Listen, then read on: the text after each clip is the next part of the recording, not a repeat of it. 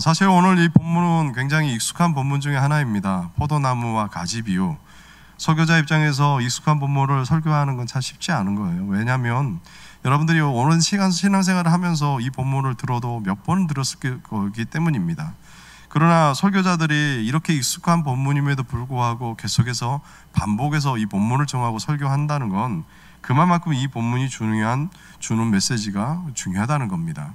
사실 오늘 본문 예수님은 하나님을 농부에 비유하십니다. 그리고 예수님은 포도나무라고 얘기를 하세요. 그리고 우리는 가지라고 정의를 합니다. 예수님께서 이렇게 포도나무 비유를 하시는 건 사실 이스라엘 땅에 유대인들이 재배하는 품목이 그렇게 많지 않습니다. 주 종목이 뭐냐면 포도나무와 감람나무예요. 그러다 보니까 예수님께서 삶 속에서 보여지는 그것을 통해서 예화를 들고 비유를 드신 겁니다.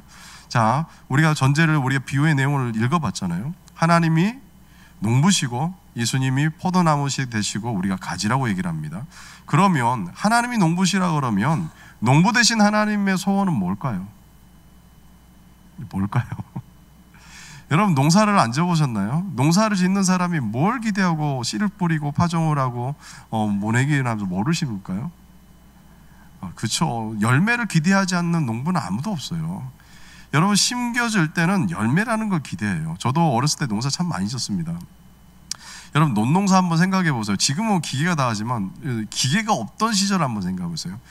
제 기억에도 보면 모내기를 하려면 먼저 어떻게 해요? 파종이라 하죠. 씨를 뿌리죠. 그리고 얘네들이 좀 자라기 시작하면 모내기하기 쉽도록 뽑아가지고 이렇게 묶음을 만들잖아요. 그리고 이것을 논에 전부 다 뿌려놓습니다. 그러면 이제 품앗이라는 걸 하잖아요. 모내기한 날짜를 딱 정해가지고 사람들을 다 불러 모으면 저같이 어린 친구들은 모주를 잡죠. 모내기를 다 끝나고 나면 어떻게 해요? 이게 자라기 시작하면 물이 많이 필요해요. 물을 항상 내줘야 되니까 이 물을 채워주려고 밤이 새도록 물을 지킨 적도 있어요. 이게 끝나고 곡식이 익으면 그 다음에 어떻게 해요? 한 움큼씩 잡고 낫지를 하면서 그 벼를 벼죠. 그리고 말리고 단을 묶고 그리고 타작을 해요. 타작을 하는 걸로 끝나는 게 아니라 이걸 갖다가 또 말리죠. 길에다가 말리고 나서 방앗간에 보내서 도정을 하고 그렇게 쌀을 만듭니다. 행여나 그 중간에 태풍이라도 불면 어떻게 해요? 쓰러지면 일일이 벼를 다 세워줘야 돼요. 사실 왜 농부는 이런 수고를 할까요? 무더운 여름날 여러분 이 논을 가꾸기 위해서 이런 수고들을 왜 해요? 열매를 기대하기 때문에 이런 수고를 한다는 거예요. 근데 동일하게 오늘 본문에서 보세요. 하나님을 농부에다 비유를 합니다. 그렇다고 하면 농부 되신 하나님께서 우리에게 기대하시는 게 뭘까요? 그렇죠. 열매죠. 당연하게. 여러분 농부가 가을날 수확을 맺을 것들을 기대하지 않는다는 건 말이 되지 않은 거예요. 그러면 참 포도나무 되신 그분을 심으셨다 그러면 우리가 그분의 가지라고 그러면 우리에게 맺혀져야 될 열매는 뭐예요? 사실 포도나무를 심었으면 농부는 뭘 기대해요? 그렇죠. 어떻게 그렇게 잘 아세요? 포도나무죠. 사과 아니죠. 배 아니죠. 왜요? 포도나무를 심었으니까 당연히 포도 열매를 그것도 주렁주렁 열리는 걸 기대하는 건 당연한 마음입니다. 오늘 1절 말씀 보세요. 함께 읽어볼까요? 다 같이 시작. 나는 참 포도나무요 내 아버지는 농부라. 네, 그렇습니다. 정의를 하죠. 나는 참 포도나무고 내 아버지는 농부다. 포도나무는 포도나무인데 앞에 수식어가 없죠. 참 포도나무라고 얘기를 해요. 여러분 요한복음을 읽다 보면 특별한 합법이 등장을 해요. 특이한 합법이 등장하는데 이게 뭐냐면 여러분도 잘 알고 있는 것처럼 나는 뭐뭐시다라는 표현이에요. 사실 나는 뭐뭐시다라고 이렇게 얘기했을 때는 예수님에 대한 본인의 정체성을 잘 드러내는 거예요. 그래서 예수님의 정체성을 표현하는 방식인데 오늘 본문에서는 나는 참 포도나무라고 이야기를 해요. 여러분 이 정의를 먼저 여러분 머릿속에 기억해 놓으셔야 돼요. 예수님은 뭐라고요? 참 포도나무 되신다고 얘기를 해요. 여러분 교회가 포도나무가 아니라 여러분들이 살아가면서 중요하고 생각하는 건강이 아니면 여러분의 지식이 우상이 재물이 포도나무가 아니라 예수님이 참 포도나무 되신대요. 할렐루야. 여러분 하나님 되신 그분께서 이 땅 가운데 참 포도나무 되신 예수님을 심으셨어요. 뭘 기대하시고요? 열매를 기대하시고요. 그리고 우리를 그분에게 접붙여 주셨어요. 여러분, 여기서 참이라는 건 거짓말 이걸 얘기하는 게 아니에요. 원어적인 의미는 여기서 참은 완전하다, 거룩하다, 영원하다는 의미의 참입니다. 자, 5절 말씀 볼까요?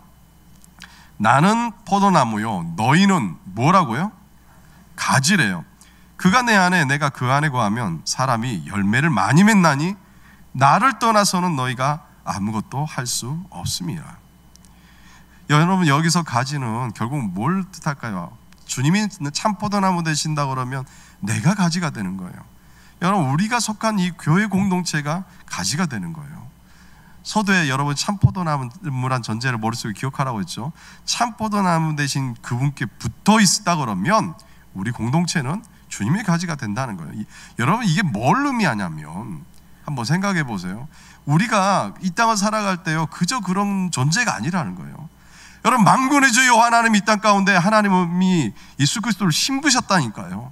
그리고 그곳에 접붙임을 받은 사람이라니까요. 날마다 공급하시는 하나님의 은혜를, 생명력을 날마다 공급받는 은혜를 누리며 살아가는 존재가 가지된 우리라니까요. 여러분, 그저 그런 존재가 아니라 참 포도나무 대신 예수님께 접붙임 바 되어 있다는 건 날마다 주시는 은혜를 받아 누리며 살아가는 존재가 우리라는 거예요. 할렐루야. 여러분, 그렇기 때문에 놀라운 거예요. 그저 그런 존재가 아니라는 거예요. 내가 주님께 접붙여 있다는 거, 내가 참 포도나무 대신 그 주님과 내가 그분의 가지라는 거, 농부 대신 하나님께서 은혜를 누릴 수 있도록 열매를 기대하시고 얼마나 많은 영양분을 우리 가운데 부어주시겠어요. 여러분, 포도나무와 가지는 그렇기 때문에 뗄래야 뗄 수 있는 존재가 아닌 겁니다. 여러분, 오전에서도 얘기하잖아요. 그 안에 거하면 열매가 그냥 얻어지는 게 아니라 많이 얻어지는데요. 여러분, 우리가 속한 교회가 그래야 되고, 가정이 그래야 되고, 우리 자신이 그런 존재가 돼야 된다는 거예요. 여러분, 그런 측면에서 오늘 본문에 나는 포도나무요, 너희는 가지라, 이거는 굉장히 멋진 비유예요. 왜냐하면 농부는 더 많은 열매를 원합니다. 그래서 이 땅 가운데 참 포도나무 대신 그분을 심으셨습니다. 그리고 우리 가운데 접붙여 주셨습니다. 다시 말해서 뗄래야 뗄 수 없는 관계가 되어서 날마다 공급하시는 하나님의 은혜를 누리며 살면 우리가 생각지도 않았던 더 많은 열매들을 우리 가운데 부어줄 수 있게 하신다는 거예요. 여러분, 우리 하나님은 분명히 우리에게 구원받는 것, 구원에 대한 관심이 굉장히 많습니다. 이거 부정하는 사람 아무도 없어요. 그런데 하나님이 우리에게 기대하시는 건요, 단순히 구원, 예수 그리스도를 나의 구주로 믿습니다, 이런 기초적인 신앙에서만 머무르는 삶을 하나님 원하지 않으신다는 거예요. 오늘 본문만 봐도 그렇잖아요. 여러분, 우리가 그리스도를 믿는 순간 다 구원받습니다. 근데 본문은 단순히 그것에 멈추는 게 아니라 더 나가기를 원하세요. 농부 되신 하나님이 많은 열매를 기대하시기 때문에 이 땅 가운데 참 포도나무를 심으셨대요. 왜 심으냐면 더 많은 열매를 맺게 하시려고요. 누구를 심으셨냐고요? 예수 그리스도를요. 우리가 그분 앞에 접붙임 바 되면 그 하나님께서 원하시는 영양분 속에서 날마다 자라갈 뿐만 아니라 열매를 맺어갈 수밖에 없는 거예요. 사실 엄밀히 따지면 포도나무는 구약에서 많이 등장을 해요. 이스라엘을 비유해서 얘기를 합니다. 근데 이스라엘을 포도나무로 비유하실 때 하나님께서 뭘 기대하시겠어요? 열매를 기대하시죠. 근데 열매가 이스라엘의 참 매체였나요? 아니요. 여러분, 우리가 잘 알고 있는 것처럼 말라기 선지자를 끝으로 400년 동안 침묵하세요. 그렇기 때문에 하나님께서 이 땅 가운데 참 포도나무를 심기신 거예요. 그리고 우리를 접붙여 주신 거예요. 뭘 기대해서요? 열매를 기대하시기 때문에. 사실 여기까지 아무도 이해 못하실 분은 없는 것 같습니다. 그런데 뭐가 문제냐면, 우리 5절 말씀에 살펴봤던 것처럼 그가 내 안에, 내가 그 안에 거하면 사람이 많은 열매를 맺나니 나를 떠나서는 너희가 아무것도 할 수 없습니다. 하나님이 농부시고 주님이 포도나무 되시고 우리가 가진데, 농부가 기대하는 게 많은 열매를 맺는 것인데, 그러려면 전제되는 게 있죠. 뭐예요? 그가 내 안에 거하고 내가 그분 안에 거했을 때 많은 열매를 맺는데요. 만약 이게 안 되면 아무것도 할 수 없다고 얘기를 해요. 열매는커녕 어떤 일도 할 수 없다고 얘기를 합니다. 여러분, 믿으십니까? 여러분 그렇다 그러면 여러분들이 아멘으로 고백했으니까요. 우리가 주님을 참 포도나무로 믿고 내 아버지를 농부라고 믿는다면 나는 뭐 해야 돼요? 아멘 하셨잖아요. 열매가 맺혀져야 되는 거예요. 여러분 우리 성도의 삶은 그저 그런 삶이 아니에요. 열매를 기대하신 그분이 어떤 일을 하셨는데요? 주님을 이 땅 가운데 심겨주셨어요. 십자가의 은혜를 통해서 여러분 그분의 인생 가운데 그분이 주시는 생명력 가운데 접붙임 바 되었어요. 여러분 그렇다 보면 우리 인생은요 분명히 열매 맺는 복된 삶을 살아가야 됩니다. 앞서 설명을 드렸죠. 농사 짓는 농사꾼이 어떻게 열매를 기대하지 않고 이 땅 가운데 심깁니까? 씨를 뿌립니까? 여러분 포도나무를 심겼으면 여러분들이 대답하셨잖아요. 포도나무가 열매가 맺혀야 되는 거 당연하죠. 우리가 예수나무라는 그 은혜의 장에 접붙임바 되었으면 우리가 맺혀져야 되는 열매는 뭐예요? 당연히 예수 성품이죠. 여러분 그런데 한번 생각해 보세요. 우리에게 열매가 없다면 단순하게 우리 본문을 가지고, 본문은 어려운 본문 아니에요. 여러분 이 본문을 가지고 여러분의 삶에 빗대어서 한번 생각해 보세요. 그 안에 거하면 열매를 많이 맺을 거라고 얘기를 해요. 근데 그렇지 않으면 어떻다는 거예요? 우리 가운데 열매가 없다면 우리는 어떻다는 거예요? 여러분 우리가 믿는다고 얘기하지만 내 안에 열매가 없다면요 우리의 믿음이 착각일 수 있어요. 여러분 심각한 겁니다. 우리는 아는 게 믿음이라고 생각할 때가 참 많아요. 여러분 저는 목사입니다. 사실 목사가 되기 위해서는 많은 신학 공부를 해요. 그리고 목사가 되고 나서도 설교를 준비하거나 성경 공부를 하거나 묵상을 할 때마다 이게 하나님에 대한 성품에 대한 지적인 부분이 늘어가죠. 근데 사실 목사가 많이 안다고 해서 그게 능력 있는 사람일까요? 그건 또 별개죠. 왜냐하면 내가 알고 있는 게 믿어져야 능력이 나타나는 거잖아요. 이게 많이 알고의 문제가 아니죠. 여러분 믿음의 선친들 우리보다 성경 지식을 더 많이 알았을까요? 아니요. 그렇지만 하나님이 나의 구주시라는 이 믿음 하나 가지고 어떤 도전 앞에서 흔들리지 않고 주님께 붙어 있으니까 그들이 능치 못할 일이 없는 거예요. 여러분 우리는 지식이 능력이 되려면 분명히 믿어야 됩니다. 믿음은요 자기는 확신 아니에요. 그분이 참 포도나무 되시고 그분께 붙어 있으면 계속해서 공급하시는 생명력의 은혜를 우리는 받아 누릴 거예요. 그런데 한번 스스로 한번 점검해 보세요. 나는 10년을 예수 믿었고 20년을 예수 믿었고 나는 모태신학이고 교회에서 집사이고 권사이고 장로이고 심지어 저 같은 사역자인 목사인데 가족들이 모였을 때 나를 전혀 존경하지 못하고 부부끼리 만났는데 서로 존경할 만한 것은 하나도 없고 이웃이 나를 바라볼 때 믿는다고 하는데 특별한 게 하나도 없고 오히려 세상 사람들의 질타를 받고 있다 그러면 하나님이 살아계시다고 날마다 우리가 접붙임바 되었으면 하나님의 은혜를 그 공급하신 은혜를 받아 누리며 살아가는 존재라고 고백하면서 주일 예배가 끝나고 돌아가 한 주간을 살아가면서 살아계신 하나님을 한 번도 경험하지 못하고 이 자리에 나와 있다 그러면 우리의 믿음이 본문에서 얘기한 것처럼 주님의 곁에 주님이 가지가 되어 포도나무 대신 그분께 붙어 있는 걸까요? 주님 분명히 얘기합니다. 나는 포도나무요 너희는 가지다. 그가 내 안에 있고 내가 그 안에 있으면 그 사람은 많은 열매를 맺을 것이다. 그러나 나를 떠나서는 너는 아무것도 할 수가 없어. 여러분 우리가 그 안에 있을 때만 많은 열매를 맺는다고 얘기를 합니다. 그러나 그분을 떠나면 아무것도 할 수 없다고 얘기를 해요. 여러분 말씀은 그냥 지적인 게 아니라겠죠. 내 삶에 대입을 해야죠. 내 안에 열매가 없다면 하나님 살아계시는데 살아계심 때문에 가슴이 먹먹한 게 그렇게 느껴졌던 게 오래된 추억이라면 언제 그랬는지 내 기억 속에 희미하다 그러면 우리는 하나님의 그 포도나무에 그분께 붙어 있는 게 아닌 거예요. 그분이 내 안에 안 계신 거예요. 내가 그 안에 안 거하는 거예요. 여러분, 왜 우리 가운데 열매가 없습니까? 왜 가정끼리 서로 상처받고 서로 싸우고 다투고 갈등할까요? 왜 우리 자녀들이 소망이 없고 꿈이 없는 그 폐잔병처럼 여러분 세상을 살아갈까요? 아니, 왜 교회가 세상 가운데 오히려 근심거리가 될까요? 아니, 왜 교회의 능력이 있는데 하나님 앞에 그 살아계신 하나님의 은혜 가운데 접붙지 않는 인생을 살아가는데 왜 이렇게 쪼들려서만 살아갈까요? 여러분, 잎은 무성한데 시간이 지나면 지날 수 있도록 잎은 말라가고요, 점점 더 마른 그 나뭇가지들은 결국은 어떻게 해요? 불에 태우는 존재로 전락할 수밖에 없는 거예요.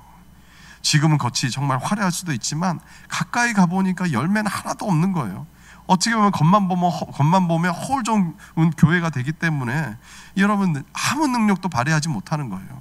저는 본문을 준비하면서 마음이 너무 아픕니다. 그리고 제 자신에게도 질문을 던져봤어요. 정말 주님이 원하시는 건 열매인데, 그러면 주님이 나를 바라보실 때만 농부가 수확할 때 여러분 표정을 생각해 보세요. 얼마나 기쁜데, 그동안 수고하고 노력했던 거, 인내했던 거, 열매를 볼 때 모든 게 다 사라져요. 그런 기대를 가지고 포도나무 대신 주님을 이 땅 가운데 심으셨는데 내 안에 열매가 없다. 우리 가정 가운데, 우리 고정태 가운데 하나님이 원하시고 기뻐하시는 그런 열매가 없다. 이유는 간단합니다. 아는데, 분명히 아는데 그 아는 것을 실제적인 삶으로 누리지 못한다는 거예요. 오늘 본문은 분명히 얘기합니다. 내 안에 거하라. 여러분, 이건 권유 아니에요. 야, 너 신앙생활 하면서 이것도 하고 저것도 해도 되는데 그 중에 하나 너 내 안에 거했으면 좋겠어, 이런 권유형이 아니에요. 정말 모든 여러 가지 일들 속에 내 안에 거했으면 좋겠다, 이게 아니라 내 안에 거하라는 거예요. 이거 하나님의 절대적인 명령이에요. 우리가 결단하지 않으면, 그분 안에 거하지 않으면 어떤 열매도 얻을 수 없기 때문에, 우리가 하는 모든 것들이 허사가 되어버리기 때문에 그분 안에 거하라고 말씀하시는 거예요. 여러분이 힘들면 거하지 않아도 돼, 지금은 믿음 안에 거하지만 힘들면 좀씩 떨어져 있어도 돼, 이게 아니에요. 오늘 본문의 이야기는 예수님께서 최후의 만찬을 마치시고 나서요, 14장에 내가 길이라고 선언하고 나서 보혜사 성령을 언급하고 오늘 본문의 비유예요. 여러분, 물론 이 일들은 성령님께서 이루어 가실 겁니다.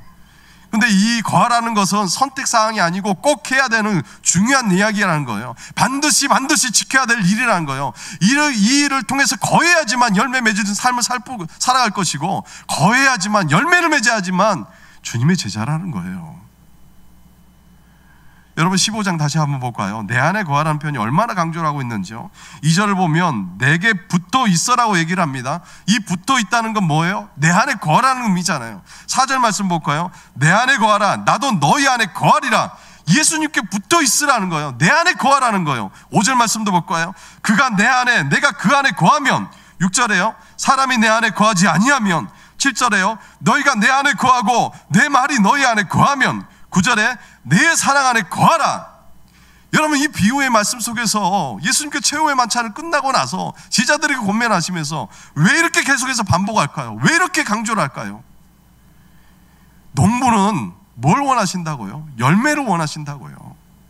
우리에게 과실을 맺기 위해서, 열매를 맺기 위해서 수고하고 노력해라, 이렇게 말씀하지 않으세요. 내 안에 거하라고요. 내 안에 거하라고요. 그만큼 우리가 예수님께 접붙여 있는 게, 날마다 주님이 주시는 생명력을 누리는 게, 주님께 시선을 고정하고 사는 게 이만큼 중요하다는 거예요. 왜냐하면 그 생명력을 받아 누려야지만 하나님과 인격적인 관계를 유지할 수 있기 때문에 그렇습니다. 여러분, 이것을 잘 표현한 게요, 요한계시록 3장 20절 말씀이요. 볼지어다 내가 문 밖에 서서 두드리노니 누구든지 내 음성을 듣고 문을 열면 내가 그에게로 들어가 그와 더불어 먹고 그는 나와 더불어 먹으리라. 사실 이 이야기는 복음 증거할 때 많이 이야기 듣죠. 근데 우리는 착각하는 것 중에 하나가요, 복음을 처음으로 받아들일 때만 이 구절이 필요하다고 생각을 해요. 그러나 우리가 이 말씀을 따라 이렇게 정의할 수 있어요. 예수님 안에 거한다는 건 문 밖에 계신 예수님을 우리의 마음에 받아들이는 거예요. 그건 주님을 처음 영접할 때뿐 아니라 주님 앞에 서는 그날까지요. 여러분, 쉽게 말해서 마음속에 주님이 계시지 않는 것처럼 해놓고 살아간다 그러면 우리가 주님 가지된 삶을, 날마다 공급하시는 은혜를 누리지 못하는 삶을 살아간다는 것을 의미합니다. 여러분 예수 안에 있는 삶은 여러분 정말 주님을 나의 인격적으로 모셔드리는 거예요. 그리고 본문의 얘기처럼 더불어 먹고 마시고 아름다운 교제를 나누는 삶을 이야기합니다. 나무로 치면 예수님께 붙어 있는 거예요. 날마다 공급하시는 것을 받아 누리는 거예요. 여러분 유대 나라에서는 손님을 함부로 초대하지 않습니다. 우리도 그렇죠. 누군가 집에 초대하려면 준비할 것들이 많죠. 근데 특히 유대 땅에서는 사람을 초대할 때는요, 신중하게 정말 초대하기 때문에 초대받는 것 자체가 영광이에요. 단지 배를 채우는 장소가 아니에요. 그 식탁의 자리는 사랑하는 사람들을 같이 모아놓고 같이 마시고 먹고 하면서 최대한의 존중과 사랑을 표현하는 자리이기 때문에 서로 즐거워하는 교제의 장소이기도 해요. 여러분 예수님이 예수 안에 거한다는 삶은요 동일한 거예요. 주님을 내게 모셔드리고 주님과 교제하면서 그렇게 주님께 사랑과 존경을 드리면서 믿음으로 살아가는 삶을 얘기하는 거예요. 이게 예수 안에 거하는 삶이에요. 여러분 이게 예수님께서 간절히 원하는 삶인데, 이게 거하는 삶인데, 그럼 반대는요 4절 말씀 볼까요? 내 안에 거하라 나도 너의 안에 거하리라. 가지가 포도나무에 붙어있지 않으면 뭐라고 말씀하세요? 스스로 열매를 많이 맺는다고요? 아니, 맺지 못한다고요. 내 안에 있지 않으면 어떤 열매도 맺을 수가 없다고 얘기를 해요. 5절도 볼까요? 나를 떠나서는 너희가 할 수 있다고요? 아무것도 할 수 없다고 얘기를 합니다. 6절에서 뭐라고 한지 아세요? 사람이 내 안에 거하지 아니하면 가지처럼 버려져 마르나니 사람들이 그것을 모아다가 불에 던져 사르니라. 여러분 우리가 그분 안에 거하지 않는다는 건 굉장히 심각한 얘기예요. 하나님 되신 그분은 우리에게 열매를 원하십니다. 그런데 거하지 않으면 열매를 맺는다고 하면 맺지 못한다고요? 그럼 맺을 수가 없어요. 아무것도 할 수 없어요. 그냥 밖에 던져져 말라 불에 던져진다고 얘기를 해요. 여러분 열매를 단순히 누군가 사역자만 열매 맺는 삶을 살아야 돼, 권사만 장로만 열매 맺는 삶을 살아야 돼, 이런 차원이 아니라 우리가 믿음의 성도라면 이 땅 가운데 포도나무 대신 그분께 젖분치바 내어서 새로운 인생을 살고 있다 그러면 우리는 열매를 분명히 맺어야 돼요. 맺지 못한다 그러면 아무것도 할 수 없고요, 거하지 않기 때문에 밖에 던져져 불에 사질도 그럴 존재밖에 되지 않는다는 거예요. 여러분 포도나무 비유는 그런 의미에서 매우 단순하고 명확합니다. 그분 안에 거해야지만 열매 맺는 삶을 살아간다는 거예요. 여러분 우리가 이 땅을 살아가면서 왜 문제가 없어요? 많은 문제 있습니다. 그러나 성경은 이런 문제를 해결할 때 그 문제를 끌어안고 고민하고 염려하고 씨름하고 그 문제를 풀려고 하지 않으세요. 여러분 우리가 살아가는 이 현장의 진정한 해결책은, 다시 말해서 열매 맺는 비결은요 포도나무 대신 그분께 붙어 있는 거예요. 저는 대학 시절 이제 CCC에서 훈련 받았어요. 그래서 CCC에서는 여름 수련하는 걸 합니다. 여름 수련회 끝나면 그때 이제 소천하신 김중근 목사님이 항상 마지막을 백문일답이라는 것도 이야기를 하세요. 여러분 우리 갈등 가운데 이 문제를 해결하실 분이 누굴까요? 예수 그리스도. 가정에 상처받고 아파하는 그 마음을 위로하시고 치유하실 분이 누구실까요? 예수 그리스도. 나의 병약하고 연약한 마음을 치유하실 분이 누구실까요? 예수 그리스도. 여러분 우리가 이 땅을 살아가면서 만군의 주여 하나님이라면, 천지를 창조하신 하나님을 우리가 믿는다 그러면 주님이 정답인 거예요. 세상은 문제가 생기면 그 문제를 끌어안으라고 얘기를 해요. 그 문제를 가지고 고민하고 정말 지혜자에게 이 문제를 끌어안고 가서 이 문제를 해결하려고 합니다. 그래서 가정에 문제가 생기면 가정에 더 집중하고 배우자에게 집중하고 자녀에게 더 집중하려고 얘기를 해요. 그러나 근본적인 걸 모르고 접근하면 그 문제는요 근본적인 부분까지 해결할 수가 없어요. 여러분 우리가 행복하고 싶어 합니다. 모두가 다. 근데 근본적인 걸 놓쳐버리면 그 행복 밑에는 뭐가 있는 줄 아세요? 이기심이 있어요. 내가 행복해야 돼요. 부부간에 왜 갈등이 일어나는지 아세요? 내가 행복하지 않은 거예요. 근데 주님이 우리에게 주신 계명은 뭐예요? 하나님 사랑해라, 이웃을 내 몸처럼 사랑해라, 원수까지도 사랑해라. 나 같은 거 사랑해 주신 사랑을 누렸으면 그 사랑을 실천하며 살아가라고 이야기를 하는 거예요. 여러분 우리가 아이들 공부할 때도 그러잖아요. 억지로 공부 안 해요. 그런다고 되는 게 아니에요. 아이들이 공부가 재밌어야 하는 거예요. 우리가 믿음으로 순종하며 살아가는 것도 그래요. 부부관계의 문제 속에 사랑을 표현하는 것도 그래요. 갈등이 되는 인간관계 속에서 사랑으로 섬기는 것도 그래요. 억지로 되는 게 아니에요. 5절에 분명히 얘기하시잖아요. 나를 떠나서는 너희가 아무것도 할 수 없다고 얘기를 합니다. 여러분 이렇게 말씀하시지만 사실 여러분들 믿음의 눈을 제거하고 세상의 눈으로 한번 돌아보세요. 솔직히 예수님 없어도 할 수 있는 거 많아요. 여러분 영적인 원리를 떠나서 그 눈으로 현실을 바라보면 예수님 떠나도 돈 잘 법니다. 예수님 떠나도 성공할 수 있고 자녀들도 잘 될 수 있고요. 심지어 교회도 예수님 없이도 잘 성장할 수 있어요. 그렇기 때문에 우리가 포도나무 대신 예수님께 붙어 있을 때 내가 모든 것을 할 수 있다라는 이것이 영적인 관점에서 바라보지 않는다 그러면, 여러분이 세상 사람들과 똑같은 관점에서 이 기대를 가지고 바라본다 그러면 돈을 잘 버는 거, 승진을 하는 거, 자녀들이 명문대학을 가는 거, 교회가 그저 잘 되기만 하는 것, 여러분 이것만 붙들고 접근을 한다 그러면 큰 오산이에요. 여러분 세상 일은 설명 드렸던 것처럼 포도나무를 떠나서도 가지가 되지 않아도 얼마든지 잘 될 수가 있습니다. 여러분 기업 총수들 한번 생각해 보세요. 어떤 분이 그래서 이런 얘기를 하더라고요. 30대 재벌 총수들 중에 예수 제대로 믿는 사람은 한 명도 없는 것 같다고. 기독교인이라고 얘기를 하는데 점치고 미신을 숭배하잖아요. 예전에 과일 가게 주인이 이런 얘기를 하더라고요. 과일 파는 것 중에 1등품 과일은 무당들이 와서 사가는데 무당들은 가격도 안 물어본대요. 그냥 달라는 대로 다 준대요.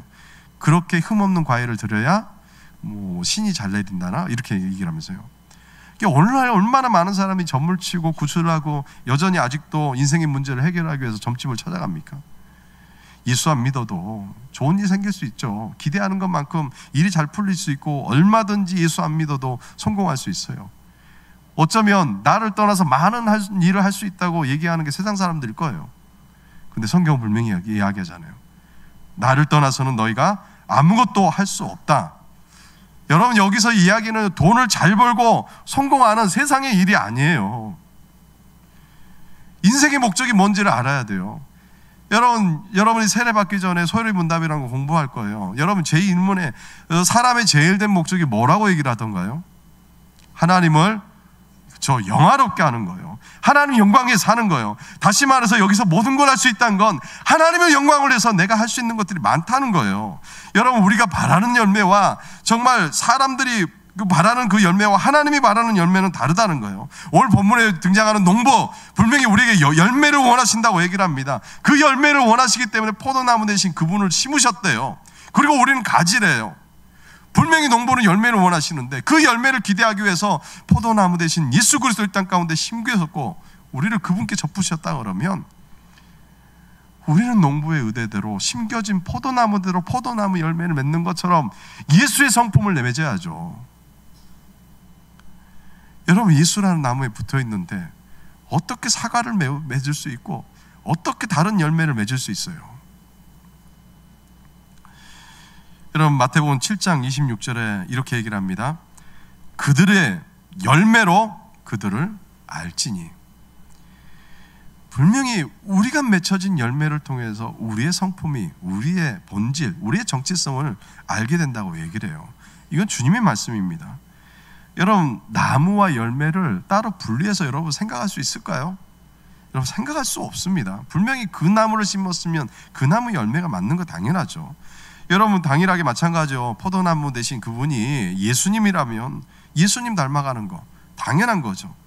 여러분 예수나무니까 그분 앞에 붙어 있으니까 포도나무가 포도 열매를 맺히고 사과나무가 사과 열매를 맺힌 것처럼 동일한 위치잖아요. 여러분 이 사실을 확증하는 내용이 8절 얘기입니다. 8절 한번 보실까요? 여러분의 목소리 한번 읽어주시겠어요? 다 같이 시작.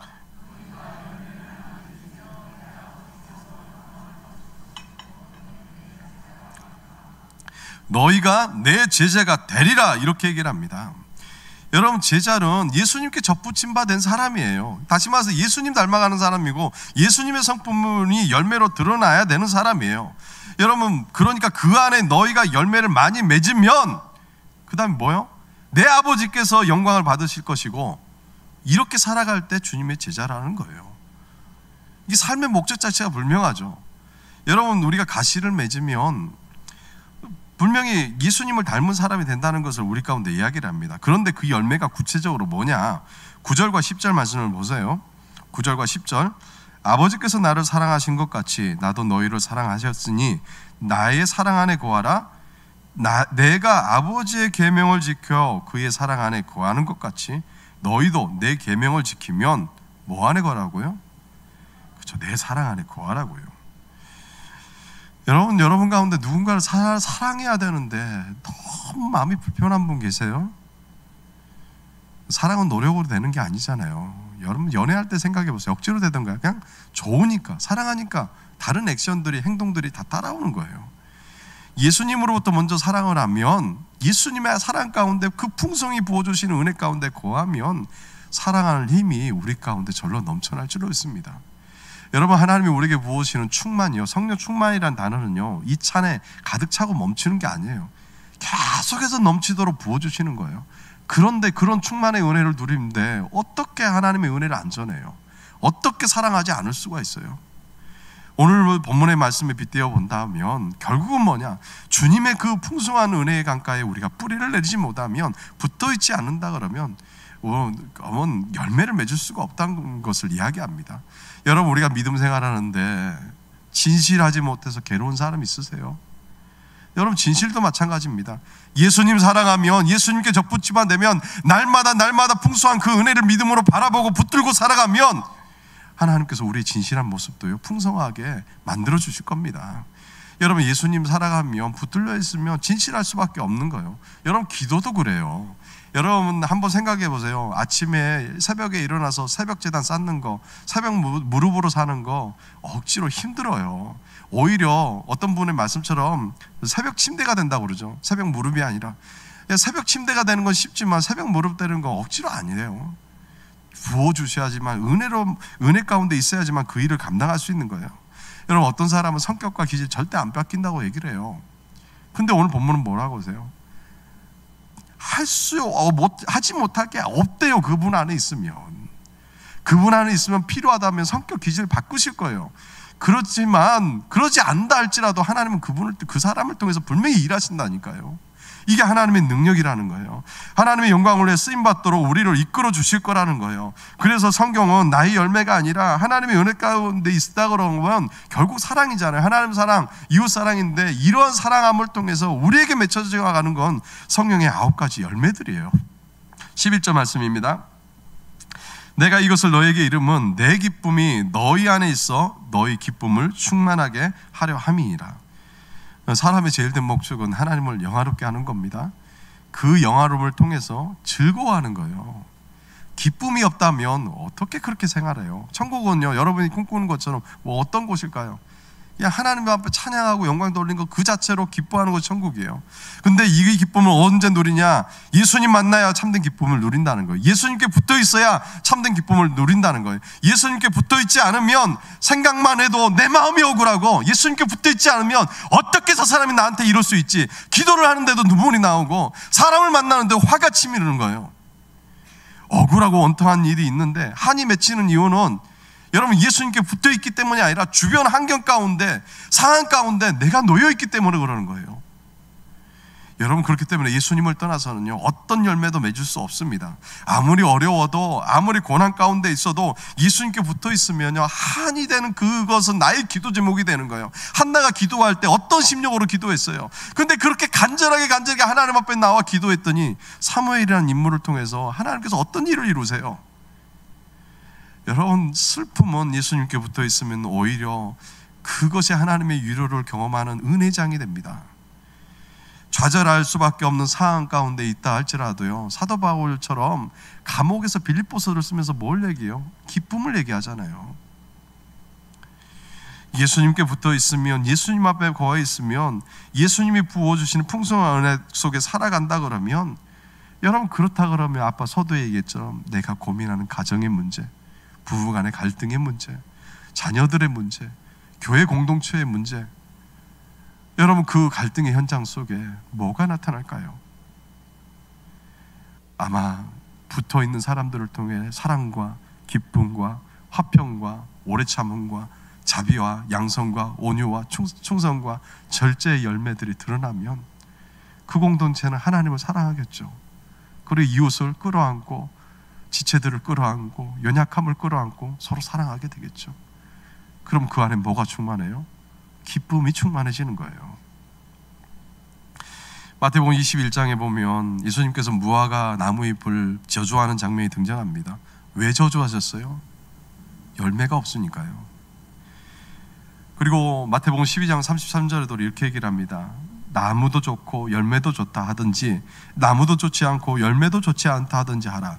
그 열매로 나무를 아느니라.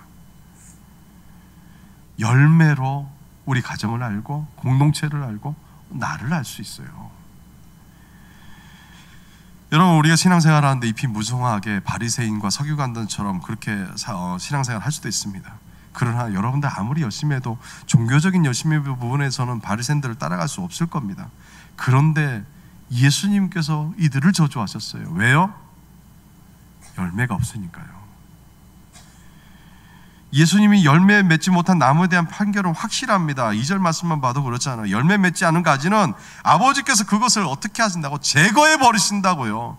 열매 맺지 못했기 때문에요. 여러분, 그렇기 때문에 여러분 인생의 최대 과제는요, 하나님 앞에 섰을 때 여러분의 평가는 여러분의 열매예요. 엄밀히 따지면 내가 직분을 뭐 가졌나 이건 별로 중요하지 않아요.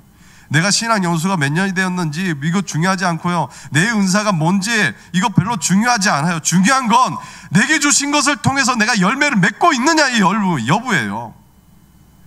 여러분들이 잘하고 있는 고린도 교회를 한번 생각해 보세요. 은사가 없습니까? 사람들이 없습니까? 여러분 재력이 부족합니까? 모든 게 풍족한 교회인데 문제가 뭐예요? 그 주신 것을 통해서 열매가 없다는 거예요. 은사도 뛰어난데, 은사도 충분한데, 재력도 있는데, 사람들도 있는데 그것을 통해서 열매를 못 드러내니까 주신 은사가 아무 소용이 없다는 거예요. 여러분 기억하세요. 농부 되신 하나님은 열매를 기대하십니다. 그래서 포도나무 대신 예수님을 이 땅 가운데 보내주셨고 이 땅 가운데 우리를 접붙여 주셨어요. 왜냐하면 더 많은 열매를 기대하시기 때문에. 마치 시편 1편 3절의 말씀처럼 그는 시냇가에 심은 나무가 철을 따라 열매를 맺으며 그 잎사귀가 마르지 아니함 같으니 그가 하는 모든 일이 뭐 한다고요? 다 형통하게 된다고 얘기를 합니다. 하나님이 주시는 건 이와 같은 거예요. 은혜 강가에 뿌리만 내리고 있다 그러면 여러분 철을 따라 무성해질 뿐만 아니라 열매 맺는 형통하는 삶을 살아갈 수 있도록 우리 가운데 은혜를 부어주신다는 거예요. 그러나 4절 말씀처럼 붙어있지 않는다 그러면 스스로 열매를 맺을 수 없대요. 절대로 불가능하대요. 7절 말씀 볼까요? 너희가 내 안에 거하고 내 말이 너희 안에 거하면 무엇이든지 원하는 대로 구하라. 그리하면 이루리라. 여러분 우리가 신앙생활하면서 결정적인 키워드가 여기 있어요. 타협의 여지가 없어요. 거하는 건 선택사항 아닙니다. 명령이라고 얘기를 했죠. 그러나 거하는 노력만큼은 우리가 결단해야 돼요. 거하기로 믿음으로 결단해야 되고 날마다 우리의 시선이 하나님께 고정하며 살아가야 된다는 거예요. 여러분 포도나무 비유의 특징은 어렵지 않습니다. 명확합니다. 내 안에 거해야 열매를 맺는다는 거예요. 많이 맺을 수 있다는 거예요. 여러분 예수 안에 거하는 삶은 우리 신앙에 있어서 그래서 매우 중요한 핵심 중에 핵심이에요. 여러분들이 억지로 쥐어짜서 열매 맺는 삶을 살아가라 이게 아니에요. 내 안에 거하면 열매를 맺는다는 거예요. 반대로 여러분들이 하나님 앞에 거하지 않으면 여러분의 상태는 아무것도 할 수 없는 존재예요. 나무에 붙어있지 않으면 그저 장작으로밖에 쓸모없는 그런 존재로 전락할 수밖에 없다는 거예요. 어떤 역사도 일어나지 않는다는 거예요. 시간이 흐르면 흐를수록 가지는 점점 더 잎이 떨어지고 어떻게 뒤틀려 말라 비틀어질 거예요. 여러분 믿음으로 구원받는 거 맞습니다. 그러자 한번 예를 들어볼까요? 우리가 양자를 받아들였다고 해요. 양자를 받아들여서 호적에 이름을 올리면 법적으로 가족이 되는 거 맞죠? 근데 그것만으로 가족이 되나요? 가족이 되려면 서로 간에 마음의 문을 또 열어야 되죠. 여러분 우리가 믿음으로 구원받았지만 우리가 하나님이 원하시는 그 마음을 이해한다면 진정으로 그 풍성한 은혜를 누리려면 어떻게 해야 되는 거예요? 주 안에 거해야 되는 거예요. 하나님은 우리에게 열매를 기대하세요. 아무리 죽은 나무 가지를 한 트럭 가져와 보세요. 능력을 발휘할 수 있는지. 붙어있지 않으면 우리가 할 수 있는 건 아무것도 없습니다. 가지는 나무에게서 무엇인가를 계속해서 받아야 돼요. 생명력을 공급받아야 돼요. 이걸 받지 못하면 어떤 열매도 맺을 수 없고 그냥 말라 비틀어지고, 그 생명의 진액을 받아 누리지 못하면 아무 능력도 없이 전락하는 그저 그런 존재로 살아갈 수밖에 없습니다. 여러분, 초대교회가 어떻게 부흥했는지를 보세요. 120년 문도가 한 마음으로 기도할 때 성령이 임하죠. 그 은혜를 받아 누리니까, 차고 넘치는 은혜를 받아 누리니까 단순히 수동적이 된 그 지자들이 어떻게 해요? 열심을 내고 하나님의 일을 먼저 감당하고 일을 감당했다고 나가는 걸 보게 됩니다. 여러분, 그렇기 때문에 여러분 말씀의 도전 앞에 믿음으로 결단하게 주의 이름으로 축원합니다. 여러분, 아이들을 한번 생각해 보세요. 어린아이가 엄마 품에서 뛰어놀라갈 때요, 어떻게 몸부림치를 보세요. 울며 불며 앙앙 울며 엄마의 옷장을 잡고 떨어지지 않으려는 그 모습을 생각해 보세요. 여러분들이 주 안에 거한다는 건 그와 같은 거예요. 떨어지면 죽을 것 같기 때문에, 하나님의 은혜 없이면 살아갈 수 없기 때문에, 엄마가 생명줄이라고 생각하기 때문에 놓지 않으려고 울며 매달리는 것처럼, 어떤 희생을 치르더라도 그 옷자락을 붙잡는 어린아이처럼 적어도 우리가 주님 앞에 거한다는 건 이런 믿음의 결단이 분명히 있어야 된다는 거예요. 여러분, 우리가 예배할 때마다, 주님의 존재하는 앞에 기도할 때마다 적어도 어린아이 품에서 떨어지지 않으려고 이렇게 몸부림치는 어린아이처럼 주님의 품에 붙어있기로 결단한 은혜가 여러분의 삶 가운데 있길 주의 이름으로 축원합니다. 그렇다 그러면 주님이 원하시는 열매가, 그것도 많이 우리 삶 가운데 맺혀질 뿐 아니라 그 삶을 통해서 우리의 기쁨이 넘쳐남을 기억하시고, 오늘 이 한 주도 믿음으로 살아가는 은혜가 있길 주의 이름으로 축원합니다. 이 시간 함께 찬양하고 먼저 찬양하고 하나님 앞에 기도하며 나가도록 하겠습니다. 찬양하실 때 나의 안에 거하나 나는 내 하나님이니, 우리의 믿음을 담아 하나님 앞에 나아갈 때 그렇습니다. 우리가 주님 안에 거할 때 아무리 어렵고 환난과 어려움 가운데 있다 할지라도 우리를 지켜줄 것이고, 소망 없는 너를 이제는 열매 맺는 인생으로 만들겠다고 하셨던 그 하나님의 은혜를 마음을 우리가 말씀을 통해 확인합니다. 무엇이든지 하나님의 영광을 위해 구하면 구하는 대로 주시겠다고 말씀하셨사오니, 하나님, 이 고백을 통해 주님 안에 거하는 내가 될 수 있도록, 하나님 안에 거하며 믿음으로 승리하는 내가 될 수 있도록 주의 은혜를 도와주시옵소서. 여러분의 고백을 나며 찬양하며 나가도록 하겠습니다. 함께 찬양합니다. 나의 안에 거하라.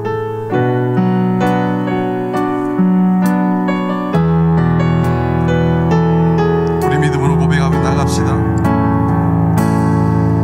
나의 안에 거하라.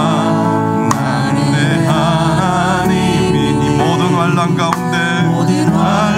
가운데 너를 지키는 자라. 두려워하지 말라 내가 널 도와주리. 놀라지 말라 내 손잡아. 다시 한번 고백하며 나갑니다. 나의 안에 거하라. 나의 안에 거하라. 나는 내 하나님. 모든 환난 가운데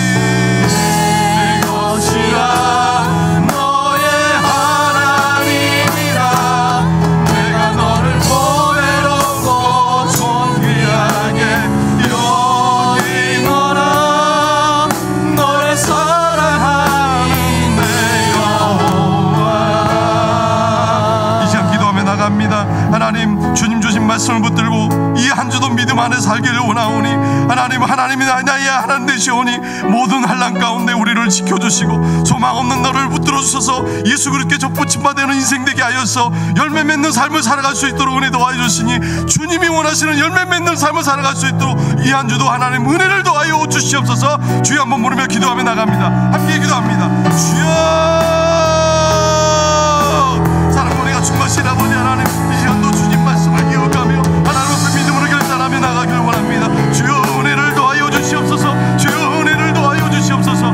예수님과 친밀한 관계 속에서 하나님을 영원하게 하는 삶이 무엇인지를 아는 말씀을 통해 하나님 도전받습니다. 하나님이 우리 하나님 되시오니 어떤 환난 속에서도 하나님을 신뢰하는 믿음으로 살아가게 하여 주시고 두려워하지 말지 않게 하여 주시고 모든 문제의 해결점은 하나님께 있음을 믿음으로 기억하며 순종하며 나가며 삶을 살아갈 수 있도록 주여 은혜를 더하여 주시옵소서. 열매 맺는 인생이 복된 인생인 줄 믿습니다. 은혜의 강가에 뿌리를 내릴 때 하나님이 원하시는 열매를 맺는 인생을 살아가게 될 줄 믿습니다. 주여 은혜를 도와주시고 하나님의 은혜를 통해 열매 맺는 삶을 살아갈 수 있도록 주여 축복하여 주시옵소서. 말씀을 듣게 하여 주시고 말씀 앞에 믿음으로 순종하게 하여 주시고 하나님을 사랑하는 것만큼 내 이웃을 사랑하는 은혜가 아버지 우리 삶 가운데 우리 가정 가운데 우리 공동체 가운데 넘쳐날 수 있도록 주여 은혜를 도와여 주시옵소서.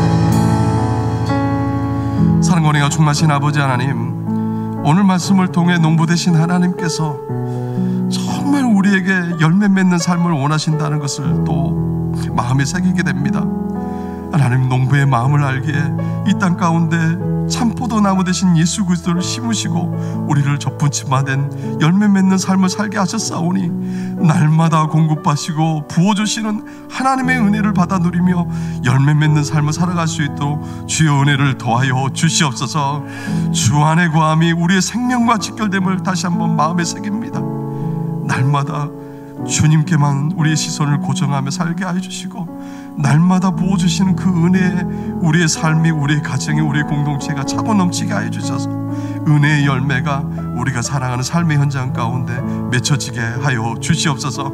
주님이 주신 계명처럼 하나님을 정말 마음과 목숨과 뜻을 다해 사랑하는 믿음의 성도 되게 도와주시고 그 은혜가 차고 넘쳐 원수까지도 사랑할 수 있는 넉넉한 마음을 저희들 가운데 허락하여 주시옵소서. 만군의 주 여호와 하나님이 우리 하나님 되시오니 세상의 어떤 환난 가운데서 두려워하지 않게 하여 주시고 주님의 도우심의 손길을 붙들고 이 한 주도 믿음으로 승리하며 살게 하여 주시옵소서. 감사드리며 예수님의 이름으로 기도합니다.